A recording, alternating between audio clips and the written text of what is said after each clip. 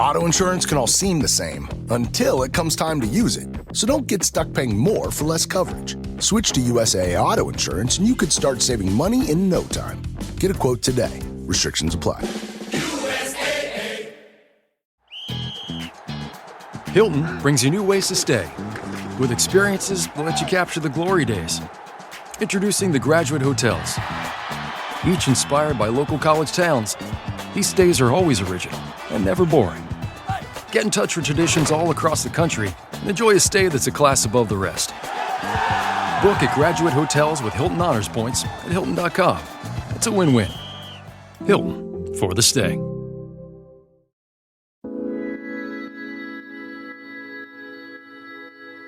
Hi, everyone. Welcome back to another episode of Living Well with Janet, where we explore what it means to live well. I'm your host, Janet, a yogi, a meditator, plant-forward eater, and all-around wellness enthusiast. I'm also a second-generation Asian American woman, an experimenter, and a deep thinker. Join me in my conversations and contemplations on the physical, mental, emotional, spiritual, social, and environmental aspects of living well.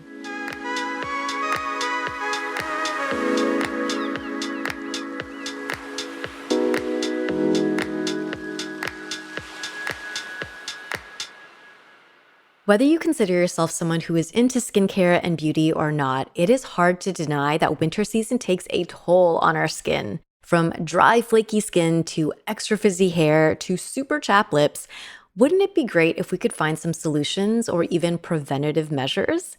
That is why I've invited Dr. Joyce Park, otherwise known as Tea with MD. She is a board-certified dermatologist based in Washington, founder of Skin Refinery, a virtual dermatology clinic, and a skincare and beauty content creator at Tea with MD. She attended college and medical school at Stanford University and completed her dermatology residency at NYU. During medical school, she completed the Stanford NBC News Global Health Media Fellowship, working in the communications office of the World Health Organization in Switzerland, and is part of the medical unit at NBC News. She is a skincare media expert and has been featured in Forbes, Good Morning America, Allure, Cosmopolitan, Vogue, Huffington Post, Time, Marie Claire, the Los Angeles Podcast, and so much more. I am so happy to welcome to Living Well with Janet, Dr. Joyce Park, to have this wonderful conversation. I can't wait to pick your brain, but welcome first. Thank you so much for having me on. I'm really excited for this conversation. Very timely. Yes, very timely. But before we get into all of the details of skin, hair, and nails, Dr. Park, I'm curious, what is a wellness practice that you are currently really into at the moment? Oh my goodness, that is hard. So I have a 5-year-old, newly turned 5-year-old son, and a 9-month-old daughter. So I have to say, figuring out time for wellness routines is something I'm still working on. But I think one thing that I have tried to be better about this year is actually building in time for exercise and fitness, which I never really prioritized before. But after having a C-section earlier this year and experiencing diastasis recti and just other postpartum issues, I really started to make time for working out. And so I finally got a trainer. And so we do Pilates together, we do strength training. And so at least twice a week, amazing. I am making time to go to the gym. And that is a huge change from before when I barely worked out. Oh my gosh, yeah. I can only imagine being a mom of two, how challenging. I mean, on top of all that you do, your schedule must be. I'm so happy to hear that you have been able to make time for yourself in that way. So thank you for sharing that. Thanks. My first question around skincare, as you said, this conversation is very timely because we are entering, the winter months. And even though LA doesn't get super, super cold, which is where I'm based, it does still get cold enough where I am constantly being confronted with dry winter skin. Sometimes it gets scaly, things like that. I'm curious if you can share with our listeners, what are some winter skincare challenges that from your work, that are specific to Asian American skin? And what are some ways that we can address that? Like, are there certain ingredients that work better for our skin pigmentation, things we should avoid, stuff of that nature? Yeah, definitely the winter months can be a challenging time skincare-wise, not just for Asian Americans or Asian skin, but I think for everyone in general. We know that in the colder months, our skin tends to get more dry, and that gets even more compounded because we have the heater blaring. And with the wind outside too, that often causes our skin to be really chapped and irritated. And so there's a lot of problems that I see coming up during wintertime where baseline skin conditions like eczema, or if you have dandruff or psoriasis, those can get worse with the cold. And then even if you don't have a medical condition, a lot of people experience just dry skin, chapped lips, dry hair, dry nails. A lot of the things you talked about in the intro, that all starts to come to light in the wintertime too. So when I think about ways to prevent this or ways to maintain your skin during wintertime, I often think of a few tips. The first one being you really want to start layering on extra skincare ingredients that can help you hydrate your skin and hold on to moisture. So I'm really a bare bones skincare routine kind of girl. I've always been like, you don't have to have a 12-step skincare routine. Just keep it minimal, keep it effective. Yeah. But you really need to think about if your skin is dry, you want to layer in some extra steps to get those extra ingredients in. For example, you can consider adding a serum in between your cleanser and your moisturizer. And you want to look for ingredients like hyaluronic acid or glycerin. Those are humectants. They help your skin hold on to and retain water. You might want to consider this practice called slugging. Are you familiar with that? I feel like I've seen some like TikToks and reels around it, but I'd love if you could explain to us more. Yeah. Yeah, of course. It started getting really trendy on TikTok maybe 1 or 2 years ago, but really people have been doing this for decades. So it's the practice of using something petrolatum based, so like a Vaseline or an Aquaphor, as the final step in your skincare routine to lock in moisture and trap in all the goodness of everything that's underneath it. So it almost sounds counterintuitive. At least when I first heard it, I was like, what? People are putting Vaseline on their faces? But really, you're putting on a very thin layer. And the reason why it's so effective is because petrolatum is an occlusive. So it's really acting like a sealant. And so it's locking in all of the ingredients that you have on underneath it, like your serum, your moisturizer. And it can be very, very effective in the winter months. So that's another tip that people can use is to try slugging. And you can also use it not just over your skin, but also over your lips as well. And that can help prevent and also treat chapped lips too. Oh, that is great. Yeah. So first step is kind of maybe adding in a serum between your cleanser and your moisturizer to add just a little bit more. You had mentioned hyaluronic acid as a particular ingredient. Hyaluronic acid. And then maybe Vaseline or something to kind of lock everything in as your last step. Yeah, maybe thinking about trying slugging, this very trendy, buzzy word. Yeah. I mean, you also mentioned putting it on your lips. Is there anything, and chapped lips is something that I struggle with. I know a lot of listeners wrote in as well asking for tips around that. So before we lock in with like the Vaseline, are there other either habits or like products that are good to use to help address chapped lips? Yeah, so there's products that are good to use, but also things that you should definitely avoid. So these are common pitfalls I see in practice or things people ask me questions about on social media, which is that a lot of people use lip balm or they use chapstick and they're using it and it's not actually getting better. And they're like, Dr. Joyce, why is it getting worse? So it could be that a lot of lip products actually contain ingredients that could be irritating to the lips, especially if your skin barrier is already a little bit compromised. And so if you're using really strong fragrances, for example, like the flavoring, things that make it smell good or taste good, that might actually not be great to be putting on chapped skin. Or if it contains acids, right? The idea is that you want to exfoliate the lip skin to get it smooth. But if your skin is already a little irritated and dry, not the best idea to keep putting acids on, like salicylic acid or lactic acid on your lips. The other potential irritant and common irritant that I see is that people lick their lips a lot too. They think that they are moisturizing their lips or providing moisture to their lips by licking it, but it's actually doing the opposite because your saliva contains a lot of enzymes that help you break down food, and that can be very irritating to your lip skin. And also, if people have kind of deep set wrinkles or grooves at the corners of their lips, at the oral commissures, that groove, if it's constantly moist, that is a perfect breeding ground for fungi to grow. and then people can develop a rash there as well. And so I tell all my patients, don't lick your lips. Try as hard as you can to stop that habit. And you asked me what would be good to use instead. Honestly, I just recommend straight up petrolatum like Aquaphor or Vaseline. You can put a thick layer over your lips at night, and that's a really good option to protect it as well as hydrate. And then Avene makes a really great lip cream as well. Avene, how do you spell that? That's Avene. Avene. Okay, that's great to know. Thank you for that tip. I'll be looking that up.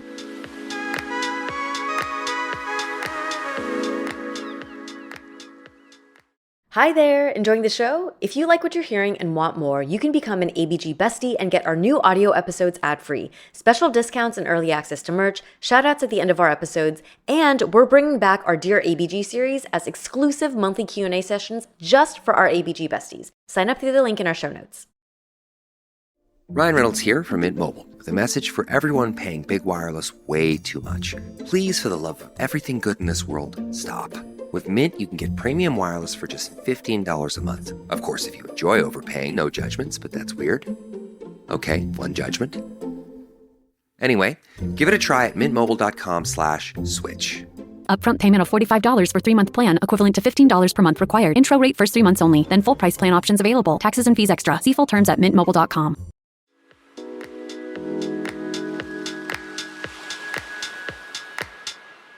So you mentioned it's not just looking for active ingredients, but also maybe making sure like there are the absence of certain ingredients, right? Like acids or extra harsh things. So during the winter months, I know that there's a lot of these kind of skin products that we might use year round that have more, I guess, is it called like active ingredients like retinoids and vitamin C? Are those things that we should be maybe laying off during the winter months, or any adjustments that we should be making particular to this season? I think it really depends on your skin. And I always say, you know your skin best. As dermatologists, we just see you in one snapshot in time, but you know you have a long, intimate connection and relationship with your skin. So you kind of can know what irritates it, if you need to back off a little bit. In general, during the wintertime, if you tend to get really dry skin and if you have sensitive skin, I do recommend decreasing your retinoid use to maybe 3 to 4 times a week as opposed to every single day. And if you are using acids like salicylic acid or lactic acid, you may want to cut down on the frequency of usage if your skin is dry. However, if you have oily, acne-prone skin, you likely will not experience those side effects during the winter time because you don't have dry, sensitive skin. And so you might be able to continue using those ingredients with the same frequency as before. So it kind of depends on your skin type. And the best way for you to tell is just to listen to your skin. If you start to see it feeling red, tight, kind of scaly, or if it stings or burns at all, that is a really clear indication that you should decrease the frequency of usage. Okay, good to know, good to know. So it is very individualized depending on your skin type, but generally speaking, it probably is a good idea to lessen if you're using harsh products, especially if you're noticing that it's like drying out more. Absolutely. And I think that's one thing that is so important that gets lost on social media is that skincare is very personalized and it is very individualized. And that's why, as part of my online practice, I actually see patients for skincare routine creation and tweaking. And we actually will revisit their skincare routine, regardless of their medical conditions. We'll revisit it every 3 to 4 months to kind of tweak it for the seasons, because everyone's skin type is so unique and we have to make changes based on how their skin responds. Yeah, that makes a lot of sense. I think another skin product that, you know, everyone has talked so much about recently in our generation is like sunscreen, right? How important that is to protect your skin. I have some listeners who live in cities and they wrote in, they said, I live in a city where there's no sunlight, you know, during the winter time. Should I still be wearing sunscreen? And if so, what kind of sunscreen or what brands or what types would you recommend? So I wear sunscreen every day. Like if I'm going outside, or as you can see my office, I sit right by a big window. So if my blinds are up, I am still getting UV exposure through the glass. And so I wear sunscreen every day. And I tell my patients that it's nice to just make it part of your morning routine, because a lot of my patients will tell me, oh, but Dr. Joyce, I only wear sunscreen if I'm going to the beach or if I'm going hiking and I'm going to be outside for a long time. But the truth is, you're still getting sun exposure even when you're driving in your car to go to work, as you're walking from the parking lot to your office. And so unless you literally are not leaving your home and you're not sitting by a window, like if you're getting zero UV exposure, fine. If you work at night, like if you're a night shift worker and you literally do not see the light of day, like you get zero sun, then fine, no sunscreen. But otherwise, I think just make it part of your morning routine and it really will serve you well in the long run. In terms of what types of sunscreens to use, I mean, I could talk for hours about this.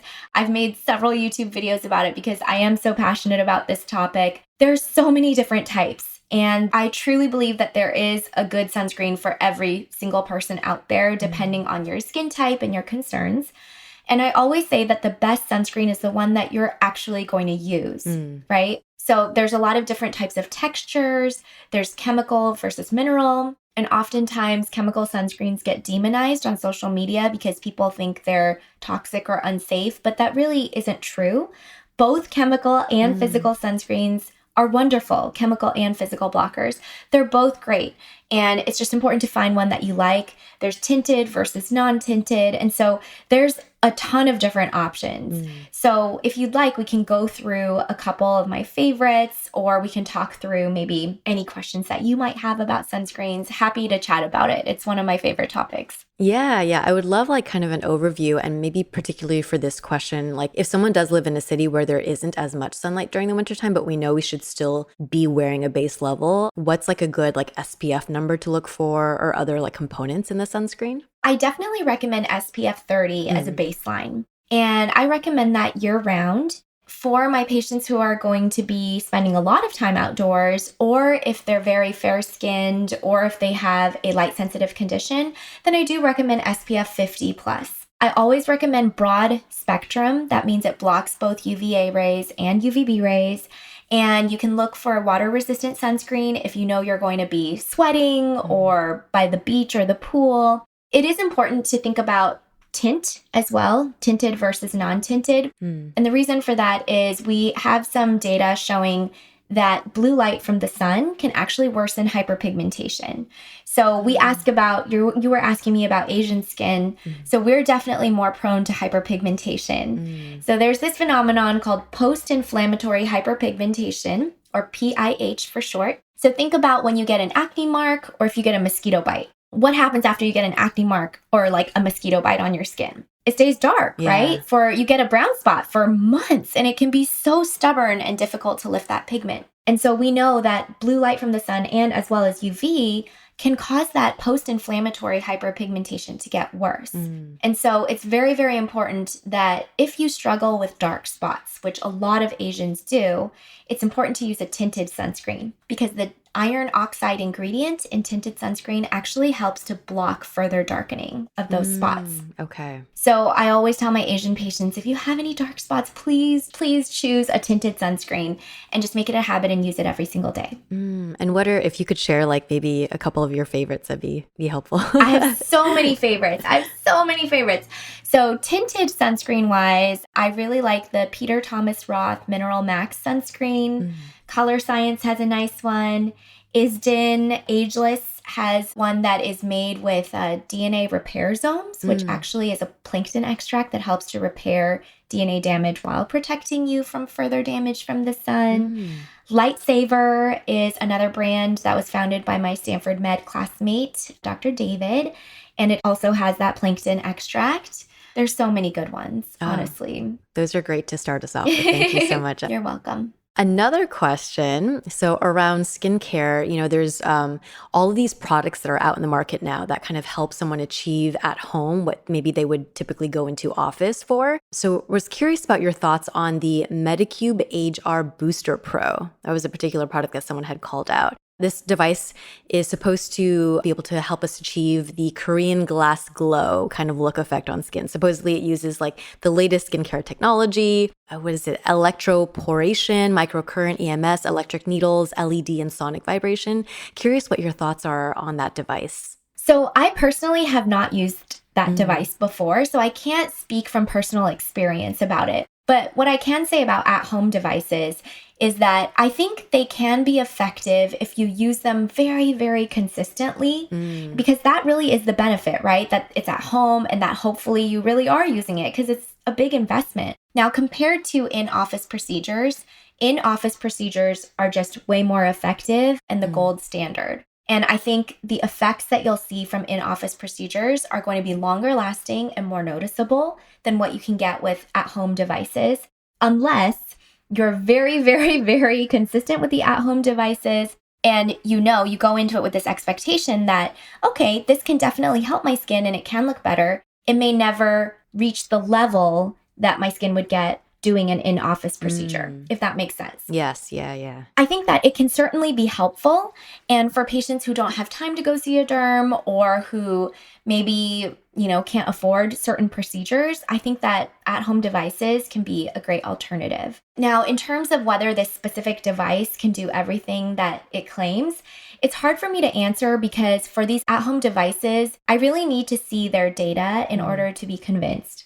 Just like with skincare, I feel like a lot of marketing claims can be made. Like there's not really strict regulation of marketing of devices and even products, right? For example, a lot of people will ask me, there's these really expensive vitamin C's and then there's the dupes, like the more affordable ones that contain similar ingredients. And they say, are these the same? And my answer to that is, well, it's really hard for me to tell you that they're the same because I can't evaluate all the different ways in which these products were formulated. And the expensive version, there's been extensive testing and results and data published that I've looked at and that I believe, but I haven't seen that from other brands. And so to tie that back to the device, it's really hard for me to be able to say one way or another because I haven't personally reviewed kind of their clinical data and the efficacy and looked at the studies. Yeah. But I would be interested in learning more. Yeah. Well, I liked what you shared around just like as a general, like just products at home are never, or not never, but less likely to be as effective as in-office visits, but that the benefit is that the hope is you use it more frequently. So if you use it more frequently or you don't have access to in-office visits, it can be kind of a nice like second option. Absolutely. Yeah. Like I know there's so many popular at-home devices and I think LED light masks are really interesting. Yeah. There's good evidence for blue light for acne. Red light I think is a little bit more out there, but there's some early preliminary evidence of it helping with collagen building and with some anti-aging. But again, with every single device, and I've looked at a bunch of LED masks, they all vary with the number of bulbs they have, with the intensity of the light. And so they're actually really hard to compare because they all have different parameters. Yeah. It's very good to know. Yeah, because there are so many products out in the market now, so it is kind of challenging to get to the bottom of every single one. It is.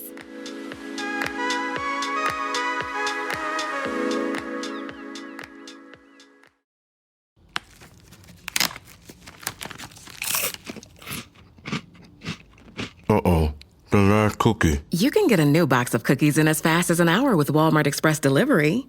Are you my guilty self-conscience? No, I'm the voice offering you promo code EXPRESS for free delivery on your first order. Hey, who ate my cookies?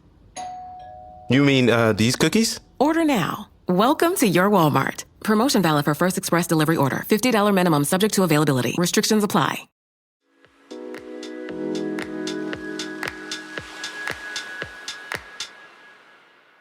I would love to talk a little bit about hair care now. So we kind of talked about skin and how to manage our skin during the wintertime. During the wintertime, I noticed that like my hair gets extra frizzy and extra dry. And I think kind of for all the reasons you had mentioned before, not just the cold climate or the wind, but sometimes you're just in and out of places where they're blasting, heat or things like that. So I'm curious if you have any like strategies or like, things that we can add or take away from our hair care routines during the wintertime. And then maybe especially thinking about like Asian skin hair textures. Yeah, definitely. And it's just, I was like smiling as you were asking this question because I'm sitting here with with my frizzy hair right now after washing it this morning. Same, yeah. So I think there's a couple things we can think about. Like for all the reasons you mentioned, our hair definitely can be more dry and frizzy during wintertime. So there's some common practices I think that can be helpful. Definitely one is to think that your hair care really starts with your scalp skin. So there's this big movement, especially in this year, 2024, where we start to think of healthy hair as starting from a really healthy scalp environment. That means managing the scalp microbiome, making sure that there's not a lot of inflammation and irritation on the scalp. So if you have dandruff or dryness, or like if you have a lot of oil production on your scalp, these are good issues to try to get under control because your scalp health really can impact your hair health. So that's just step number one. Secondly, I think investing in a good hair mask that you can do once or twice a week can be really, really helpful for doing that kind of deep conditioning of the hair. So I've been really liking this one from Japan that I got. It's called Tsubaki, Tsubaki. I've been testing that one, and also another one I got from Japan called Fino, Fino. These are some popular ones. And then Kerastase also makes a great one if you're looking for something in the US. So I do these more deeply hydrating hair mask treatments once or twice a week. And then the other thing you can think about is using a hair oil, kind of from mid-shaft all the way down to your ends. You can use a hair oil that can help to hydrate the hair. So the one that I've been using is the Kerastase. I forgot the name, but it comes in a gold bottle and it's a refillable bottle. It's really nice, very luxe, and it smells great. And then one more tip I have is, and this is something that I've shared about on my social before, is that it actually is very bad to go to sleep with wet hair. This was hard for me because I'm very lazy and I don't have much time, and I have a lot of hair. This is me with maybe 50% of my usual hair because half of it has fallen out after having a baby. Oh, yeah. So I usually have a lot of hair, and so it takes me forever to dry. But there was this really interesting study that came out of Korea where they tested different temperatures of blow dryers to dry the hair at different kind of distances away from the hair versus air drying it. And they looked at electron microscopy photos of the hair to see what kinds of damage was done. And they found that actually air drying your hair can be very damaging too, which was news to me. Yeah. So actually water in your hair makes it more prone to damage. It makes the hair shaft very fragile and prone to damage. And it also causes damage to the cell membrane complex within the hair shaft itself. And I talk about this more on my social channels or videos about this in particular. But the study researchers found that the best way to dry your hair is actually to use a towel to kind of like dry it a lot of the way, and then use a blow dryer on low heat at a distance of, I think it was 10 to 15 centimeters away from the hair, and with constant motion. That was better than air drying. Oh my gosh. I actually very much appreciate this knowledge because I am generally an air dry kind of girl. And part of it is thinking that, I don't want to like put too much heat damage on my hair. But what you've said makes total sense. Just that having the water there so consistently can be more damaging on your hair than just using a little bit of heat at distance. So wow, appreciate that. Absolutely. And you can always use a heat protectant as well. So I use a heat protectant spray all throughout my hair prior to blow drying. So I use a product that's a heat protectant and a leave-in conditioner. So it's kind of does 2-for-1 job. Yeah. But that one is the Kerastase Genesis spray, I believe. Okay, yes. Great. Kerastase. I'm going to check out Kerastase because it seems like you've mentioned them a couple of times for a couple of the different products. Yeah, they're a really great kind of like luxury hair care brand. I worked with them more in 2023. I haven't worked with them much this year, but I just really like their products. Yeah. Okay, that's a great tip. So we're thinking about scalp health, and then we're also thinking about drying our hair, especially probably during the winter time, and making sure that we can use heat protectants or oils like that to create more moisture. I guess we've talked about with just like winter general like hair care routines, but as a dermatologist, when your patients come to you, what types of like hair related issues are they generally coming with? It's mostly hair loss. That's why patients will come to the dermatologist. A lot of people don't know that actually dermatologists can treat scalp and hair disorders. Most people associate us with just skin, but in our residency training, we are equipped to handle scalp issues, hair issues, obviously skin issues, as well as nail issues too. And so the most common hair care concerns that I see are really centering around hair loss and all the different ways that that may look and all the different treatments that we have for it, ranging from topical to oral medications to even injectables and procedures for hair loss. Ah, okay. Yeah, that makes a lot of sense. I think for someone of my listenership and you're in your kind of like, whether you're in your late 20s or in your late 30s, you might be dealing with like thinning hair or even graying hair. Is there any advice that you would offer or ways to kind of manage that? Yeah, I think it's really important to think about why you're having the thinning and graying hair. I mean, the graying hair aside, because that may just be natural aging. Yeah. And unfortunately, we don't have a lot of great options in our arsenal to tackle that. I wish we did. Oh my God, I wish we did. I'm seeing so many white hairs sprouting out all over after I had my baby girl. And I'm like, wow, I'm really showing my age. But in terms of thinning, there's a lot of different reasons for why people can start to see thinning hair.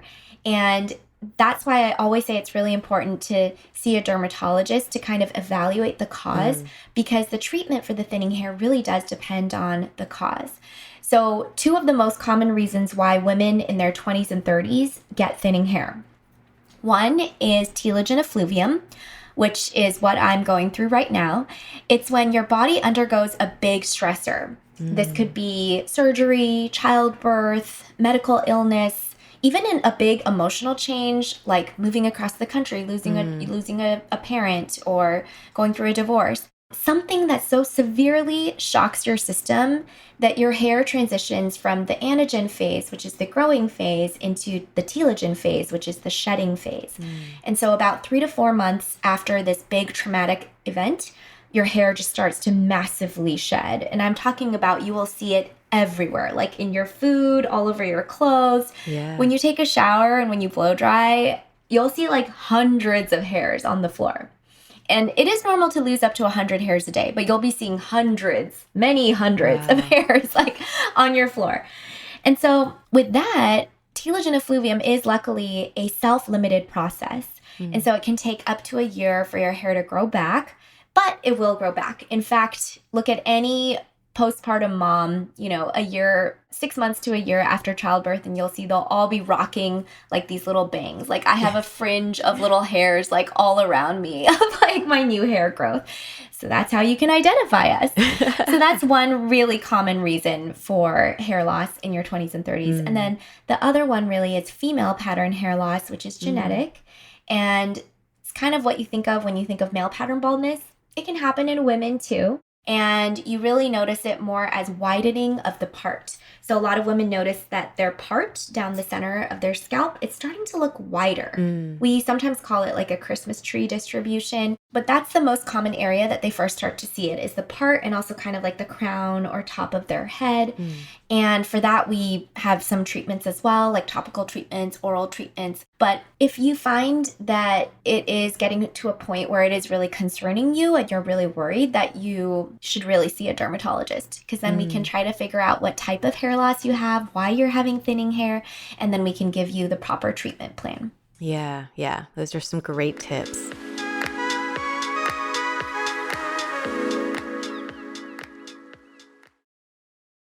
This episode is brought to you by Indeed.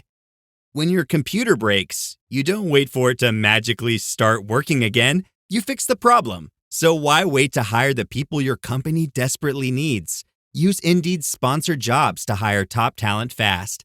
And even better, you only pay for results. There's no need to wait. Speed up your hiring with a $75 sponsored job credit at Indeed.com/podcast. Terms and conditions apply.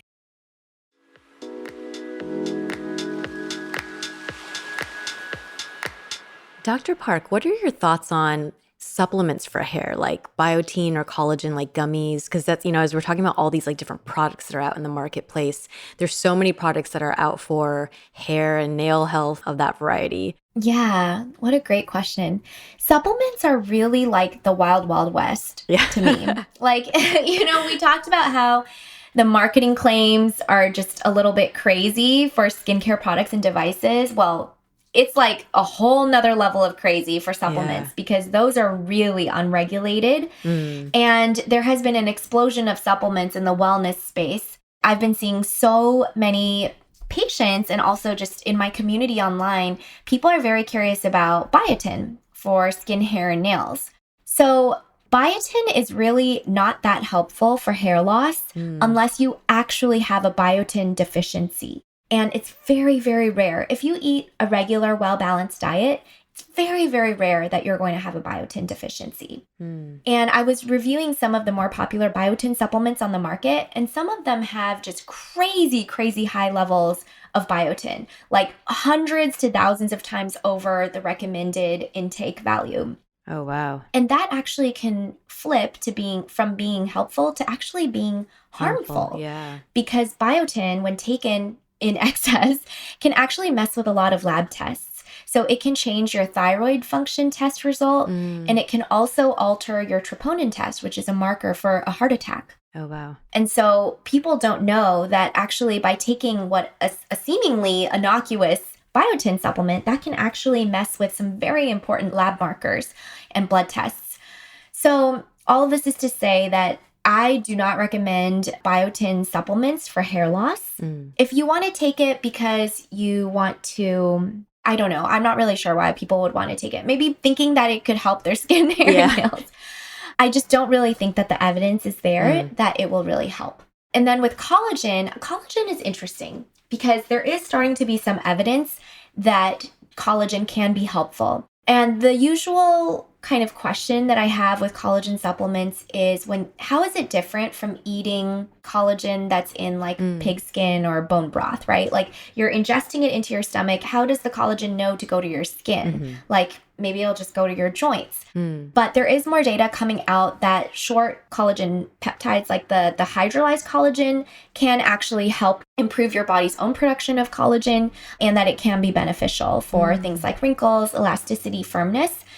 And so I'm kind of plus minus on it. I'm not totally sold, but I also think that it's not going to hurt. So if anyone out there really swears by their collagen supplement or swears by their biotin supplement, as long as the biotin is not excessively high to interfere with other lab tests, then I would say, go ahead. If it floats your boat, if it makes you really happy, go ahead. As long as it's not hurting you, that's fine. I just don't want you to waste money on things if I personally don't feel like it's truly effective. Yeah. Oh, that was so helpful. Thank you. I feel very well educated because I see these things all the time, but I personally have never been much to explore kind of the biotin and collagen supplements. So I think for any listeners out there, that was a great way to kind of evaluate, like make sure it's not overly, there isn't so much ingredients and that it could be harmful, but if it helps you in some small bit, maybe that is helpful. Yeah. And what I've heard from patients is that they find that taking collagen supplements helps with their joints too. More than their skin, a lot of people have told me it helps with their joint pain. Yeah. So, if it's helpful for you, keep doing it. Yeah.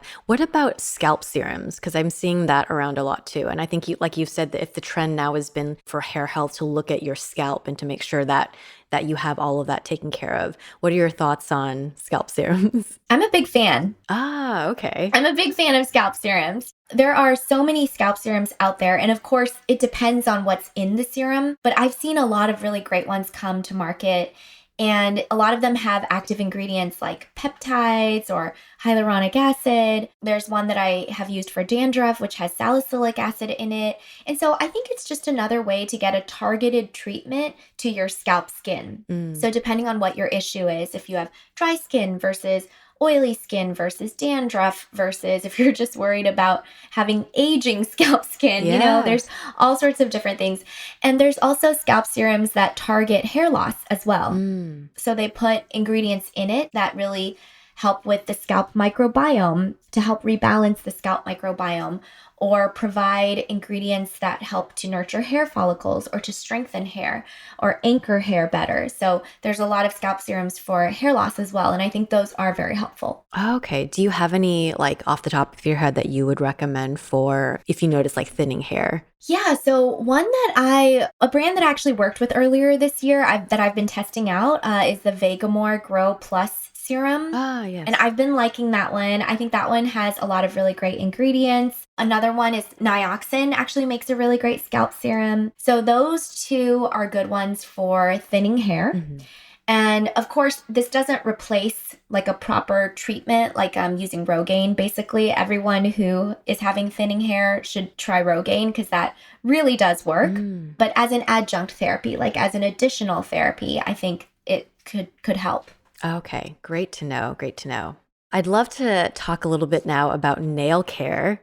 So during the wintertime, I think, well, just generally, sometimes I do struggle with kind of like dry, brittle nails during different seasons. I think sometimes it could be like stress related, sometimes environment related. But yeah, especially during wintertime, the hand area, not just skin, but the nails can all get very dry. Do you have any tips for us on how to manage that during the season? Yeah, definitely a lot of hand dryness during winter. Every time we wash our hands, we're basically stripping our hands of their natural oils and causing more dryness to occur. So one tip off the bat is to use a hydrating hand wash. My personal favorite is from Dove. They make one that has shea butter in it, and it's like a very moisture heavy hydrating hand wash. So I like that a lot. And then every time after you wash your hands, you want to put on some sort of moisturizer, which I know can be tough. People don't like putting moisturizer on their hands, but it really can help. So using a really good hand cream can be very, very helpful. And more specifically about the nails, I think making sure that you're not doing behaviors like picking at the cuticles. When you go to the salon, and this is really important, don't let the nail techs actually pull off your cuticle or trim your cuticle. Yeah, because that's usually part of their routine, right? It drives me nuts because that little flap of skin is actually really important because it is the connection, right, between your nail and the proximal nail fold, so like the flesh underneath. And so if you take away that piece of flesh, that piece of skin that covers the barrier there, then it really creates a pocket of entry for fungi and bacteria and irritants to go in. And so whenever you go to the nail salon, whenever I go, I tell them they can push my cuticle down, but do not clip it and do not pull it. It's really important. No trauma to the cuticle. And the other thing you can consider during wintertime is to use a nail oil. To use a cuticle oil. Yeah. And you can put that on the bottoms there. That's just to hydrate that area and really keep it well nourished. And that helps the nail grow out more strong as well. Okay. I want to go back to, you were mentioning for hand creams that, or just hand moisturizing, that we should do it after every hand wash. Is that kind of like the frequency that we should be moisturizing throughout the day? It is. And I know it's really hard to do, but if you aspire to at least using your moisturizer a couple times a day, that's better than nothing. Even if you forget at night, a tip I have is to use a really thick occlusive like Vaseline or Aquaphor. Put that on over your hands and then put a cotton glove over it or even a sock. That can really help provide like a deeply moisturizing treatment overnight. Yeah. So that can help too. Okay. Yeah, that's a great tip.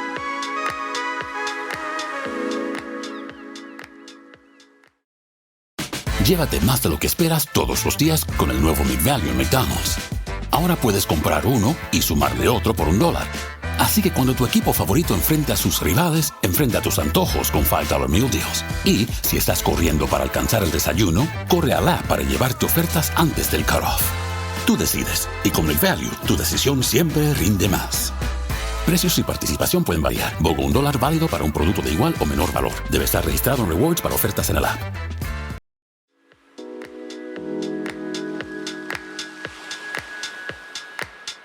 So we've kind of talked about maybe like topical things. Are there any maybe like dietary changes that you would suggest that we look into during the wintertime to help with skin, hair, and the nails? I think aside from just making sure that you're well hydrated and drinking water, when you're thinking about your hair at least and your nails, I think it's good to consider a well-balanced diet with enough protein because you do need protein to have kind of your strong, thick hair. So making sure you're eating a diet with a lot of protein, and then antioxidants are always really good to incorporate in your diet for really great skin and hair and nails. Antioxidants help to neutralize oxidative damage from the sun when thinking specifically about the skin, but also just from stress from your environment, pollutants, smoke, exhaust, just all the things in your environment that can cause your body to react by producing oxidative damage. The antioxidants can be very, very helpful for. So things like berries, green leafy vegetables, the things that you typically think of as healthy, those would be great to incorporate in your diet. Awesome. Okay. So we want to be drinking water. We want to make sure we're getting enough protein and then antioxidants. Those are 3 very good things to focus on. Yes. So we've talked about kind of all of these different trends or things that are in like the skincare like industry, but with, like social media, there's so many creators and people that are kind of showing tips and things like that. Are there any beauty trends right now that you're seeing or like skincare related trends that you just like really disagree with? I'm constantly reacting to different crazy skincare trends on social media. So I feel like there's just so many, too many of them. But just to think of a few. So there was this idea of sunscreen contouring, like using sunscreen on areas that you want to highlight and then intentionally not putting sunscreen on areas that you want to be contoured and darkened. Oh, wow. Obviously, not interested in that. We want to put sunscreen over everything. You want to protect everything. There's this idea of using lemon I think they were using it for acne or maybe to lighten dark spots, but that's another definite no-no because lemon or lime combined with UV exposure can actually lead to a blistering rash, allergic reaction called phytophotodermatitis. People can develop blisters. It's very itchy and painful, and it can leave behind pretty severe post-inflammatory hyperpigmentation that you'll be left with like a dark brown mark for months. Oh, no. Yeah. Actually, I suspect this actually happened to my daughter because she was eating beets, which is in that same kind of family. And then she went out in the sun and then she had these like dark marks and streaks where the food was on her mouth.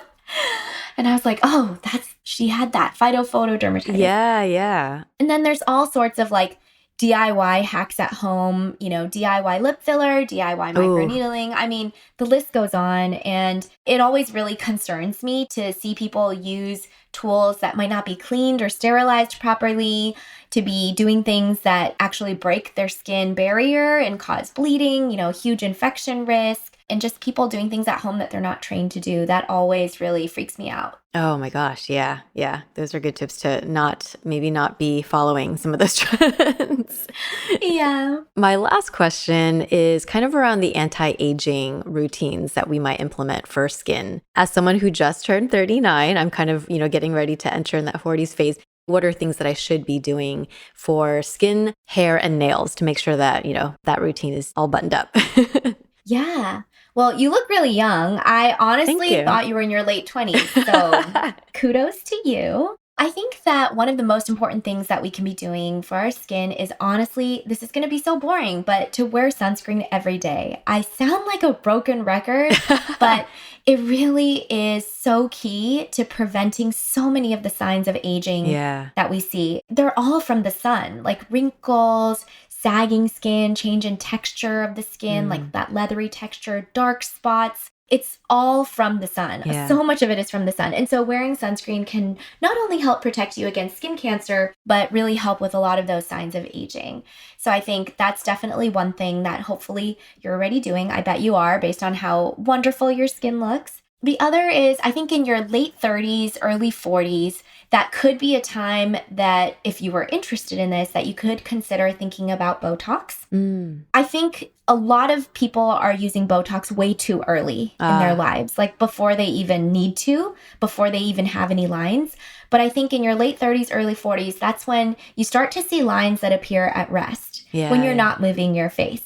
And that's a good time to start using the Botox. Because how Botox works is it basically helps to prevent you from moving your muscles as hard. So it stops you from making expressions as deeply and as intensely. You can't frown as hard. You don't lift your eyebrows as high. You don't crinkle your eyes as much when you smile. And so it prevents those lines from deepening, since lines really form over time because we keep making the same facial expressions. So I think that could be a time to start thinking about that. In terms of the other stuff like nails and hair, I think we talked a lot about a lot of the different maintenance routines for hair and nail. And so just keeping those best practices in mind, I think will be really good going forwards. Yeah, wonderful. Thank you so much, Dr. Park. This is an amazing conversation. I feel like I learned so much. Oh, you're so welcome. Sorry, I just thought of one more tip for skincare. Yeah. Okay, I should have thrown this in there, but for skincare, if you're not on a retinoid yet, it's definitely advised because retinoids are kind of the gold standard when it comes to a topical anti-aging cream. They can help with collagen production, they can help with acne, but they help with dark spots. They can help normalize skin cell turnover, help to exfoliate, decrease oil production. They can do so many great things, but they can be a little bit difficult to start in the beginning because it can make your skin more sensitive and dry. So really start slow, just use a tiny bit, use it like 2 nights a week, and then slowly increase as tolerated. But everyone should be on a retinoid, and then everyone in our age group should be using a vitamin C too. So those are the 2 things. Okay. A vitamin C and a retinoid. Vitamin C and retinoid. Is there a retinoid that you would recommend? I do use vitamin C serum, but retinoid, I think I'd used it in the past, but haven't been recently. Yeah, if you can tolerate it, I suggest using just a straight up tretinoin 0.025% prescribed by your doctor. It's effective, it gets the job done. But if you tend to have really sensitive skin, then I opt for Skin Better Alpha Ret. That is a retinoid that's conjugated with lactic acid that comes with a whole host of other antioxidants in it. So it's just a really nice, elegant formula. And it's the only retinoid that doesn't irritate my sensitive rosacea skin. So that's the one that I use. Okay, good to know. Well, thank you, Dr. Joyce Park. If our listeners want to follow you along, where can they find you? Yeah, of course. I'd love for them to learn more about skin, hair, and nails. You can find me at Tea with MD. That's TEA with MD on TikTok, YouTube, Instagram, basically all the channels. And yeah, would love to keep in touch. Yes, yeah. And make sure, I guess, as a parting words for our listeners, to make sure that they are wearing their sunscreen. Yes. Don't forget SPF every day.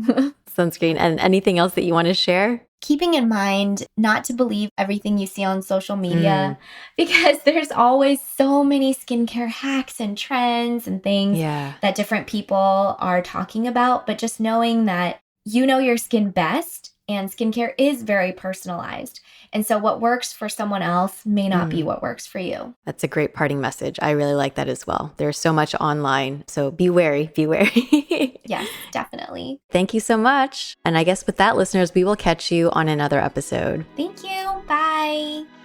Once again, this is your host, Janet. I can also be found on Asian Boss Girl, the podcast for the modern day Asian American woman with my good friends Helen and Mel, who are also hosting their own shows, which you can catch on this same feed, new episodes every Tuesday. You can follow ABG on Instagram at Asian Boss Girl and me, Janet, at Janet W. That's Janet, the word double, and the letter U.